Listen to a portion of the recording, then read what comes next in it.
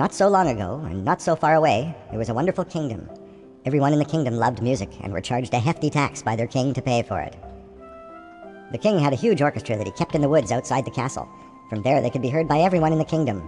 It was so lovely. The people thought their kingdom was the best kingdom, and that people from other kingdoms would want to move there. Everyone was happy.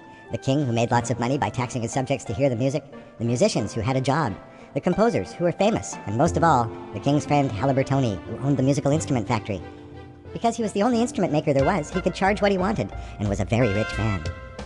Every Saturday night, the orchestra would play for the people. The king would go out in the woods and sit right in front of the musicians, following along with the music, making sure they were playing the right notes. "I must invite kings and people from other kingdoms to see and hear my orchestra.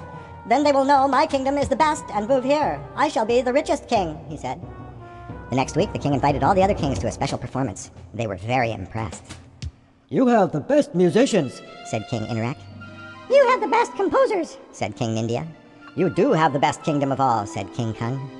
"You are the best king," they all said, and went home worrying about their own kingdoms and their own subjects. The king slept like a baby that night, secure in the fact that he had the best kingdom.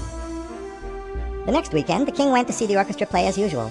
When he got there, he found only a few brass players. The strings, woodwinds, and half the percussion section were missing, and no one knew where they were. The king sent his army to look all over the kingdom for them, but they weren't found. The king then sent his spies out into the other kingdoms to find the musicians. When the spies came back a few days later, they told of a wonderful orchestra in the kingdom of Inarak. Then they told the king that not only were the string players there, but also some composers and most of the percussion section. The king looked horrified and immediately taxed his populace again, so Haliburtoni could build him weapons and he could send his army to attack Inarak and retrieve his musicians.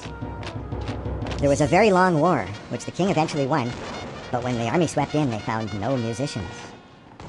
"We made a mistake," said the spies. "The musicians are in the kingdom of Nindia." The king again looked horrified and immediately taxed again, and sent his army to attack the kingdom of Nindia to get his musicians back. There was another very long war, which the king eventually won, and when the army swept in, they again found no musicians. The king then collected even more money from his subjects and sent his armies to conquer all the other kingdoms, and they did.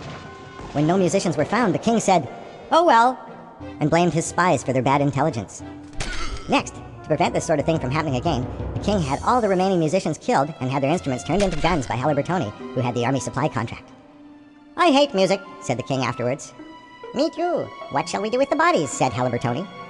"Put them in the pit with the other musicians that disappeared," said the king, and they both laughed and went to count their money.